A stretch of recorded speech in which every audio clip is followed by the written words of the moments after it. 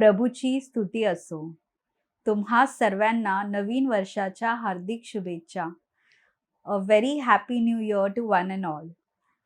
तर या नवीन वर्षाची सुरुवात करताना आपल्याला बरेच प्रश्न असू शकतात. आपल्याला अशा चिंता आहेत किंवा मनामध्ये असा गोंधळ आहे आणि खूप कन्फ्युजन आहे. आपल्याला निर्णय घेता येत नाहीये, आपल्याला समजतच नाहीये की काय केलं पाहिजे आणि काय नाही केलं पाहिजे. कसलीही नवीन गोष्टीची सुरुवात केली तर आपण मध्येच सोडून देतो किंवा आपल्याला काहीही करण्यामध्ये रुचीच राहिली नाहीये, मनच लागत नाहीये. तर प्रभू आज आपल्याला जे सांगतायत ते आपण या व्हिडिओद्वारे पाहूया. सगळ्यात पहिले देवाचं वचन, वर्ड ऑफ गॉड, बायबल हे तुमच्याकडे जवळ असेल तर तुम्हाला बरेच गोष्टी सोप्या होतील. कारण देववचन जेव्हा आपण वाचतो, बायबल जेव्हा आपण वाचतो, तेव्हा आपल्याला प्रभू मार्गदर्शन देतात. आपण काय कठीण काळाद्वारे चाललो आहोत त्याचाही आपल्याला बरंच काही समजतं. पण याच्यासाठी आपल्याला पवित्र आत्म्याचीही मदत लागते. म्हणून बायबल वाचण्या अगोदर आपण पवित्र आत्म्याला जेव्हा प्रार्थना करतो आणि मग वाचन करायला लागतो, तेव्हा हळू आपल्याला बरंच काही समजतं. तर मी तुम्हाला एक उदाहरण देते, की आपण बायबल कसं वाचलं पाहिजे.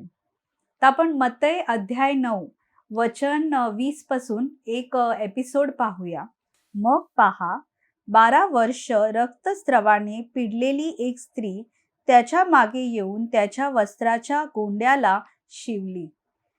कारण ती आपल्या मनात म्हणत होती, मी केवळ त्याच्या वस्त्राच्या गोंड्याला शिवले तरी बरी होईल. तेव्हा येशू मागे वळून तिला पाहून म्हणाला, मुली, धीर धर, तुझ्या विश्वासाने तुला बरे केले आहे. आणि ती स्त्री त्या घटकेपासून बरी झाली. किती छान वचन आहे. जेव्हा आपण हे वचन वाचतो तेव्हा आपल्याला वाटतं की हो, या स्त्रीचे 12 वर्ष ती या प्रॉब्लेम मधून चालली होती आणि प्रभूंनी तिला तिच्या विश्वासामुळे तिला बरं केलं. पण आपण जेव्हा बायबल वाचतो तेव्हा आपण स्वतःला या स्त्रीच्या जागेवर ठेवू शकतो आणि विचार करू शकतो की आपल्या आयुष्यामध्ये असं काय प्रसंग झाला आहे का 12 वर्ष अगोदर किंवा बरेच वर्ष अगोदर, आणि आपल्याला अजूनही त्याबद्दल विचार केला तर कुठेतरी राग येतो, चीड येते किंवा अजूनही आपण निराश होतो. आणि असे काही इव्हेंट्स आहेत तर पवित्र आत्मा आपल्याला हे आश्वासन देते की ही पीडित स्त्री जर का बरी होऊ शकते तर तू का नाही. आणि या विश्वासाने मग आपण प्रभूला स्पर्श केला पाहिजे. जो आपण जेव्हा आपण मिसामध्ये जातो आणि प्रभूला ग्रहण करतो तेव्हा आपण प्रभूला स्पर्शच नव्हे तर प्रभूला आपल्या आत घेतो. तर आपणही बरं होऊ शकतो विश्वासाने जेव्हा आपण प्रभूला घेतो. आणि मिसामध्ये आपण हे सगळे आपले जे पास्ट हर्ट्स आहेत किंवा असे काही मेमरीज आहेत, काही असे झालेल्या गोष्टी आहेत ज्या खूप वर्षापासून आपण त्याच्यात अजून तुरुंगात आहोत, निघालो नाही आहोत, तर प्रभू आपल्याला नक्कीच बरं करू शकतात. मी एवढा ठामपणे तुम्हाला सांगू शकते कारण मी स्वतः याचा अनुभव घेतला आहे आणि मला स्वतःला बरं वाटलं आहे. आणि वचन वाचता वाचता मला बरेच असे इन्सिडेंट्स झाले आहे ज्याच्यामुळे माझा विश्वास सुद्धा वाढला आहे आणि मला खूप हीलिंग पण आली आहे. तर अशा प्रकारे आपण बायबलच्या प्रत्येक अशा पॅसेजमध्ये स्वतःला पाहू शकतो आणि मग विचार करू शकतो की याच्यातून मी काय घेऊ शकते, मी काय घेऊ शकतो आणि प्रभू मला काय पर्सनली सांगत आहे. आणि पहिली गोष्ट तर देववचन वाचणं. देववचनाने आपल्याला बऱ्याच गोष्टी समजतील. दुसरी गोष्ट आपण या नवीन वर्षात करू शकतो ते आहे क्षमा करणं मनापासून. ते एवढं सोपं नाही आहे, पण देववचन वाचता वाचताच प्रभू आपल्याला ती कृपा देतील आणि ती कृपा आल्यावर आपल्याला क्षमा करणं खूप सोपं जातं. जेव्हा आपण मनापासून क्षमा करतो तेव्हा आपल्याला खूप वेगळी शांती येते आणि देवाचं प्रेम आपल्या हृदयामध्ये परत यायला लागतं. जे येणं कठीण होऊन जातं कारण आपलं हृदयच बंद झालं आहे आणि म्हणून आपल्याला देवाचं प्रेम सुद्धा आपल्यामध्ये येत नाही, प्रभू येशूचं प्रेम येत नाही आणि म्हणून आपल्याला कुठेतरी प्रत्येक गोष्टीमध्ये मन नाही लागत आहे. तिसरी गोष्ट की प्रभूच्या प्रेमामध्ये सदैव राहणं, लव्ह ऑफ गॉडमध्ये सदैव राहणं. जेव्हा आपण हा विचार नेहमी मनामध्ये ठेवतो की प्रभू येशू माझ्यावर किती प्रेम करतात, तेव्हा आपण नेहमी आनंदी राहू शकतो. आणि या तिन्ही गोष्टी केली तेव्हा कितीही प्रॉब्लेम्स असले, कितीही काळ विचित्र असला, त्याच्यामध्येही आपण आनंदी राहू शकतो आणि आपण होपफुल राहू शकतो, आशावादी राहू शकतो. तर याच प्रकारे मला स्वतःला हे अनुभव आले आहे म्हणून मी हा व्हिडिओ बनवला आहे. तुम्हाला सांगण्यासाठी, की मी जे ट्राय केलं आहे ते तुम्हीही ट्राय करून पहा.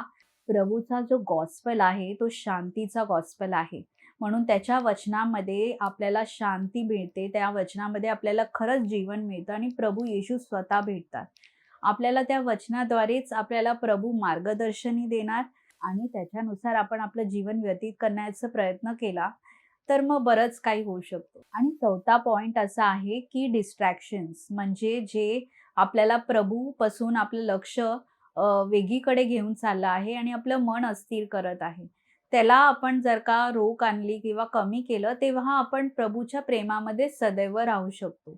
मग आपल्याला माहीत आहे, की कुणाशी बोललं, काय टॉपिक्सवर बोललं, काय प्रत्येक गोष्टीचा विचार केला, की आपली निगेटिव्हिटी वाढते किंवा आपण जास्त थिंक करायला लागतो किंवा आपण जास्त विचार करायला लागतो. तर असे टॉपिक्स किंवा अशा गोष्टींना आपण जास्त विचार न करता प्रभूच्या हवाले करून फक्त प्रार्थना करू शकतो. तर अशा प्रकारे आपण या नवीन वर्षामध्ये या 4 गोष्टी करू शकतो. देववचन वाचू शकतो. देववचनानुसार आपण क्षमा करायला शिकू शकतो आणि सगळ्यांना क्षमा केली पाहिजे. तिसरी गोष्ट म्हणजे आपण प्रभूच्या प्रेमामध्ये सदैव राहू. क्षमा केली तर प्रभूचं प्रेम आपल्या मनात असेल आणि दिवस-रात्र आपण तोच विचार करू, की प्रभू आपल्यावर किती प्रेम करतायत. आणि चौथी गोष्ट डिस्ट्रॅक्शन म्हणजे प्रभूशी दूर नेणारे जेवढेही गोष्टी आहेत, त्याच्यापासून आपण कसं वेगळं राहू शकतो आणि कमी करू शकतो. डिस्ट्रॅक्शन म्हणजे मन विचलित होतं आणि तुमचं जे फोकस आहे, ते तुमचं भटकतंय. तर जे प्रभूपासून आपल्याला दूर नेतंय, त्याच्यापासून आपण किती जास्त वेगळं राहू शकतो आणि त्याला कमी करू शकतो किंवा बंद करू शकतो, याच्यावर आपण आपलं लक्ष ठेवूया. तर या नवीन वर्षामध्ये आपण प्रभूवरती आपला फोकस ठेवूया आणि प्रभू आपल्यावर किती प्रेम करतात, याच्याद्वारे आपण बऱ्याच गोष्टीमध्ये आपल्याला प्रभू मदत करतील निर्णय घेण्यासाठी आणि आपल्याला बरं पण करतील, याच्यावर विश्वास ठेवूया. Thank you. God bless you. Bye bye.